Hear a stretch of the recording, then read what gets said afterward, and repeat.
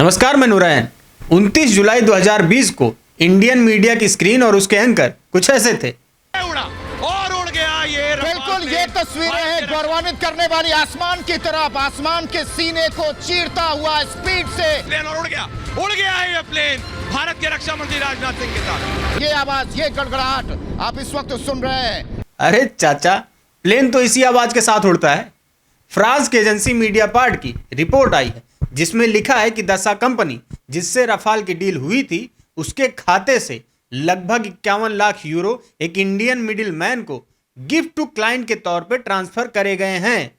इसकी investigation France की anti corruption agency AFA ने करी है और जब वो दसा के बैंक अकाउंट को ऑडिट कर रहे थे तो उसमें से 50,08,925 यूरो गिफ्ट टू क्लाइंट के तौर पे ट्रांसफर हुए हैं। इसके जवाब में दसा ने कहा ये पैसे रफाल के 50 बड़े मॉडलों को बनाने के लिए भेजा गया था, लेकिन उन मॉडलों का कहीं कुछ अता पता ही नहीं था।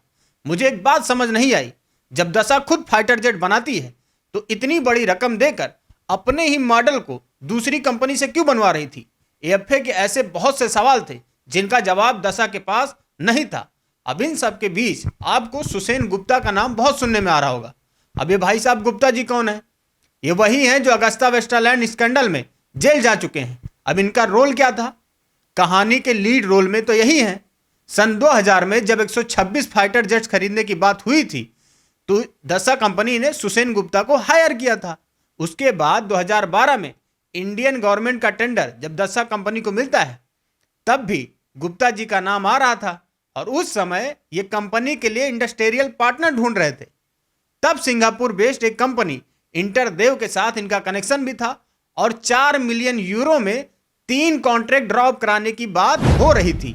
इसके बाद 2015 में गुप्ता जी का रोल और रोमांचक हो जाता है। 2015 में सुसेन गुप्ता को डिफेंस मिनिस्ट्री की वो फाइल मिल जाती है जिसको निगोशिएटिंग टीम ने बनाई होती है। ये फाइल तो रक्षा मंत्रालय में होती है, तो गुप्ता जी को कहां से मिल गई? हो सकता है फाइल ले जाते हुए रक्षा मंत्रालय की गाड़ी खराब हो गई हो और ड्राइवर ने सुसेन गुप्ता से लिफ्ट मांग ली हो। वैसे भी अब गाड़ी खराब होने का इत्तेफाक नया नहीं है और कभी कभी तो पलटने का भी इत्तेफाक हो जाता है।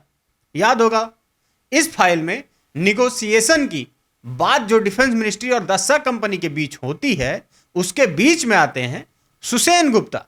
फ्रांस की एंटी करप्शन एजेंसी का यह भी कहना है कि जिस क्लाइंट को गिफ्ट भेजी गई है वो ऐसे मामले में पहले जेल जा चुका है, अगस्ता वेस्टलैंड।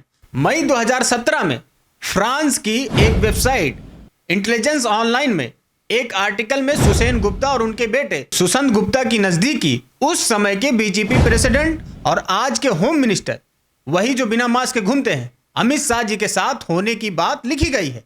यही नहीं, इनकी नजदीकी उस समय के finance minister Arun Jaitley, air force head Arup Raha से भी नजदीकी थी। यही नहीं, जब ये डील हो रही थी तो इसमें डायरेक्ट प्राइम मिनिस्टर के ऑफिस से बात हो रही थी, जबकि डिफेंस मिनिस्ट्री से होनी चाहिए। क्यों हो रही थी इसकी भी सफाई न डिफेंस मिनिस्ट्री ने दी है और ना ही प्राइम मिनिस्टर के ऑफिस से कोई सफाई आई है। यूपीए के समय में एक रफाल की कीमत लगभग 500 करोड़ रुपए तय हुई थी, जबकि एनडीए के समय में इसी रफाल की कीमत 1600 करोड़ के आसपास पहुंच जाती है। इसमें हुए घोटाले को लेकर यशवंत सिन्हा, प्रशांत भूषण और अरुण सूरी ने सीबीआई को एक डिटेल कंप्लेन भेजी थी जिसमें इन्वेस्टिगेशन करने की बात कही गई थी। उस समय सीबीआई डायरेक्टर आलोक वर्मा जब इस फाइल को देख रहे थे तो रातों रात उनको सीबीआई से निकाल दिया गया और दोबारा उन्हें सीबीआई में नहीं आने दिया गया। प्रशांत भूषण, यशवंत सिन्हा और अरुण सूरी ये सुप्रीम कोर्ट में भी इन्होंने केस फाइल किया था जिसको लेकर सुप्रीम कोर्ट ने डील के बारे में सरकार से जानकारियां मांगी थी, लेकिन सरकार ने उसे सार्वजनिक करने से मना कर दिया।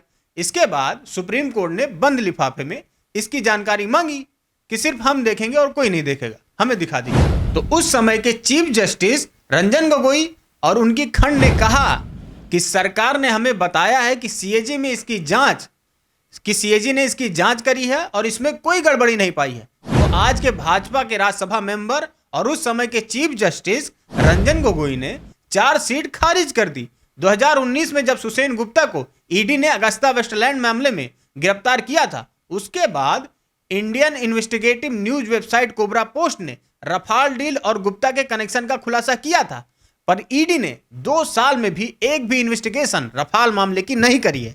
मीडिया पार्ट की रिपोर्ट आने के बाद यह मामला फिर से उठने लगा।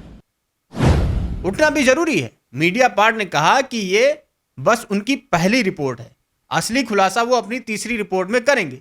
एक तरफ सेना को ढंग से खाना नहीं मिलता और इसका वीडियो भी आपने कई बार देखा होगा, और दूसरी तरफ दलालों में पैसे बांटे जा रहे हैं, और तब बांटे जा रहे हैं जब सुरक्षा मामले के बजट इतने कम हैं।